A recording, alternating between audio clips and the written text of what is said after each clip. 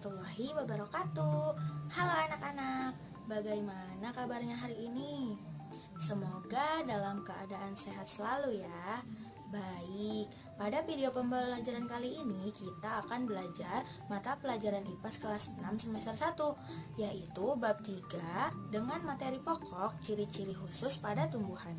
Sebelum kita memulai ke materi yang pertama, sebaiknya kita berdoa terlebih dahulu. Berdoa di dalam hati, mulai.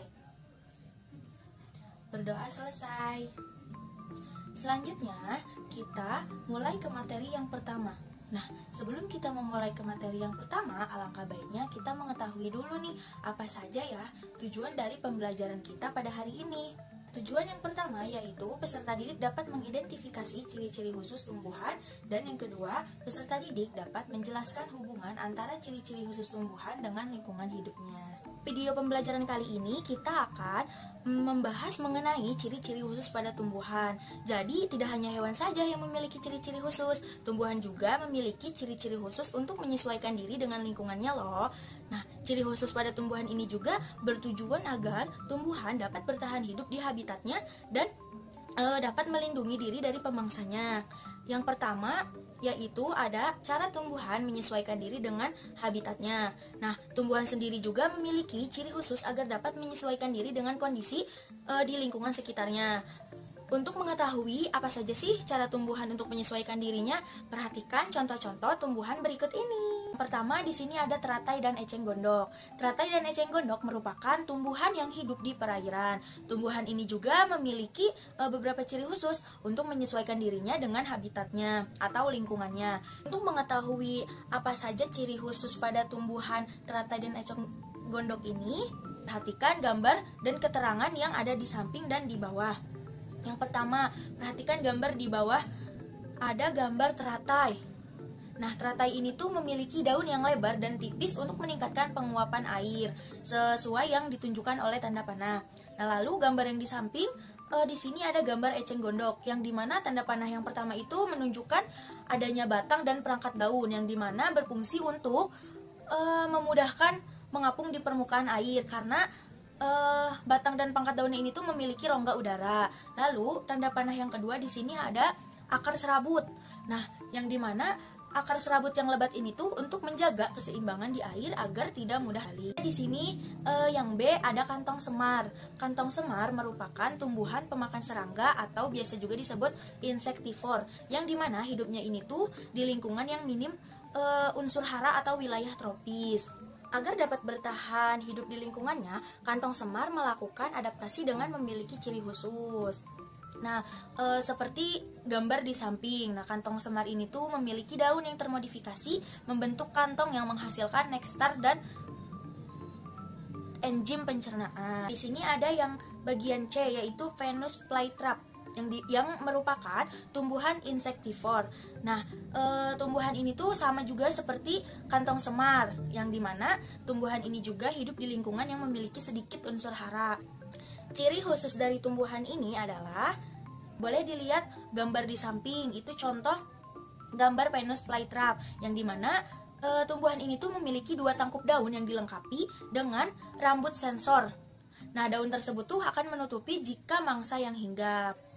Jadi, jika ada mangsa yang mendekati tumbuhan tersebut, daunnya tuh akan menutup gitu. Selanjutnya di sini ada kaktus. Kaktus merupakan tumbuhan yang hidup di daerah kering.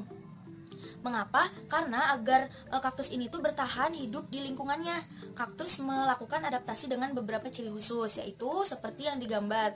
Boleh diperhatikan gambar yang ada di samping. Nah, tanda panah yang pertama itu menunjukkan kaktus memiliki batang yang tebal dan berdaging. Lalu yang kedua, tanda panahnya itu menunjukkan adanya daun. Nah, kaktus juga memiliki daun yang berbentuk seperti jarum atau duri. Dan yang terakhir, tanda panah yang di paling bawah itu kaktus memiliki akar yang panjang dan berserabut. Selanjutnya yang E ada bakau. Bakau merupakan tumbuhan yang hidup di tepi pantai. Jadi bakau ini tuh rata-rata tumbuhnya di pinggir pantai. Nah, habitat tumbuhan ini merupakan area yang berlumpur atau didominasikan oleh pasir. Oleh sebab itu, tumbuhan bakau memiliki ciri khusus untuk beradaptasi dengan lingkungannya. Nah, boleh dilihat gambar di samping. Yang ditunjukkan oleh panah itu adalah akar tunjangnya, yang dimana akar tunjang yang kuat ini tuh berfungsi untuk menyangga batang agar tidak roboh pada saat dihempas oleh ombak. Nah, tumbuhan bakau jenis lain yaitu api-api memiliki akar nafas untuk membantu penyerapan oksigen di udara. Dan yang terakhir di sini ada pohon jati.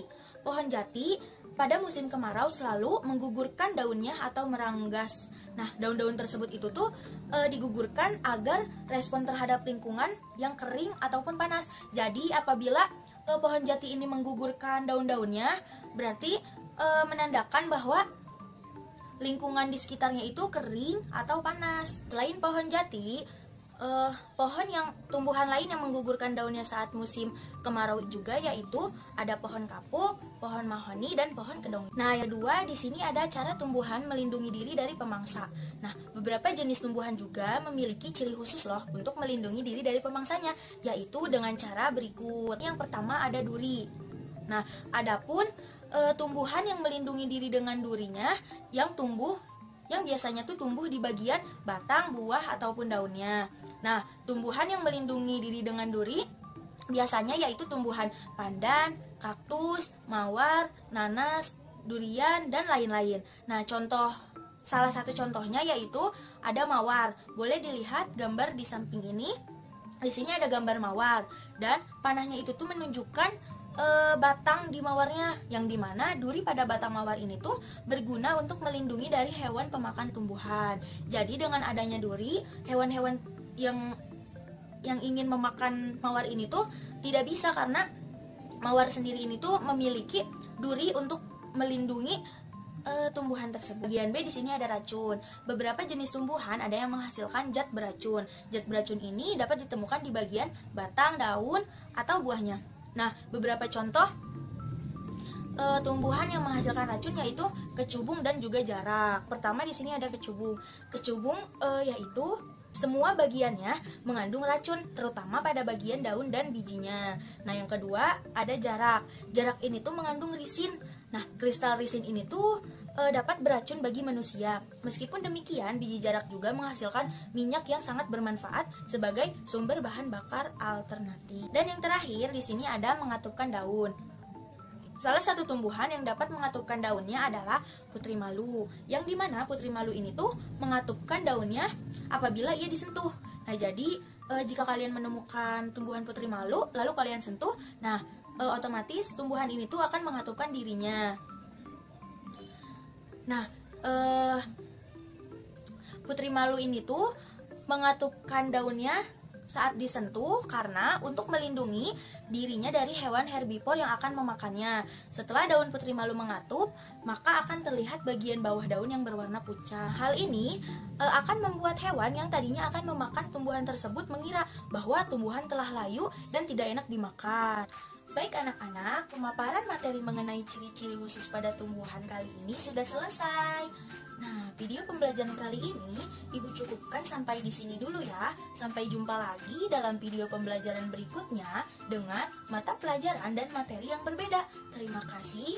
Wassalamualaikum warahmatullahi wabarakatuh. Bye-bye.